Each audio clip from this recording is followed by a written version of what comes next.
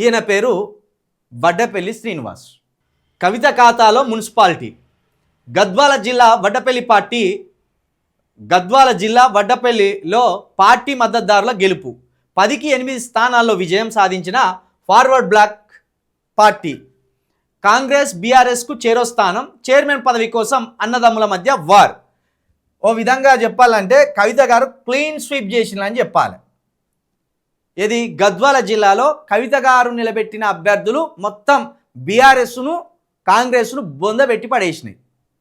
ఇగో అందులో ఒక అభ్యర్థే ఈ పెద్ద మనిషి. ఈయన పేరు వడ్డపల్లి శ్రీనివాస్. కవిత గారి దగ్గరికి వచ్చిండు, కండువ కప్పుకున్నాడు, నిన్న గెలిచిండు.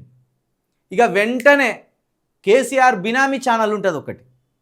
ఆ బినామీ ఛానల్లో హరీష్ రావు గారి తొత్తు ఉంటాడు, ఒక యాంకర్.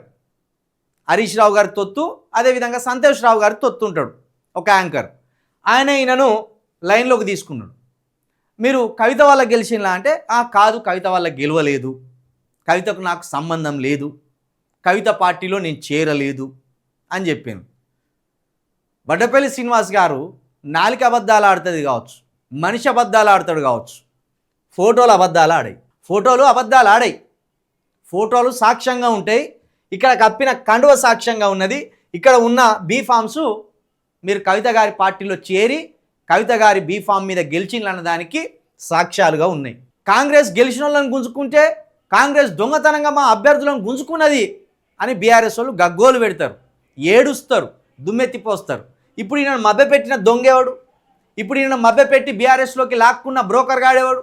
ఇప్పుడు ఈయన మభ్యపెట్టి ఆ టీవీ9 లైవ్లోకి లేకపోతే 10 టీవీ లైవ్లోకి తీసుకొచ్చిన బ్రోకర్ గాడు ఎవడు? మీ లీడర్లు, మీ జోకర్ లీడర్లు, మీ బ్రోకర్ లీడర్లు, ఓ స్టాండు లేని లీడర్లు.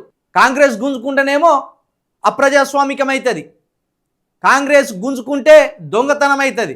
మరి మీరు గుంజుకుంటే మిమ్మల్ని జోకర్ గాన్లు అనల్లా, బ్రోకర్ గాన్లు అనల్లా, లఫుడ్ గానల్లా, ఏమనాలి మిమ్మల్ని? అక్కడ చైర్పర్సను కవిత గారి పార్టీకి సంబంధించిన అభ్యర్థి అవుతాడు. ఇప్పుడు కావద్దు, కవిత గారి మీద కుట్రలు చేయాలి. మా సిగ్గుపోయేటట్టు ఉన్నది. పార్టీ పెట్టకముందే ఒక చైర్మన్ పదవి కైవసం చేసుకున్నది, మా పరువు పోతుంది అని ఫామ్ హౌస్లో ఉన్న అయ్య, హైదరాబాదులో ఉన్న కొడుకు ఇద్దరు మాట్లాడుకొని వాళ్ళకు సంబంధించిన శాటిలైట్ ఛానల్ ద్వారా కుట్రలు చేసి ఒక్కొక్కరిని గుంజే ప్రయత్నం చేస్తాను. పోరాడాలనుకున్నప్పుడు, పోరాట పంత ఎన్నుకున్నప్పుడు గెలుపో ఓటమో అదే దారిలో ఉండాలి తప్పించి ఇట్లా ఓవర్ బీఫామ్ ఇస్తే గెలిచి ఇంకో పార్టీలోకి ఉరకడం ఎంత మాత్రం కరెక్ట్ కాదు. 10 మంది ఎమ్మెల్యేలను కాంగ్రెస్ గుంజుకున్నదని మీరు ఎట్లా ఒర్రుతాన్లో ఇప్పుడు గెలిచిన వార్డ్ మెంబర్లను, కౌన్సిలర్లను కూడా మీరు గుంజుకోవడం, ఇది ప్రజాస్వామ్యం? మీకు నీతి నిజాయితీ ఉన్నదా కేటీఆర్ గారు?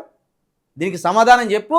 శ్రీనివాస్ గారితో అబద్ధాలు మాట్లాడిపిస్తాను కదా, శ్రీనివాస్ గారిని ప్రలోభ పెడుతున్నారు కదా, శ్రీనివాస్ గారికి కోట్ల రూపాయల డబ్బును ఆశగా చూపుతున్నారు కదా, పరువును నిలుపుకోవడానికి, కవిత గారిని నాయకురాలుగా కాకుండా ఆపడానికి, ఆమెను ముందుకు పోకుండా ఆపడానికి ఆమె కాళ్ళ మధ్యలో కట్టెలు పెడుతున్నారు కదా.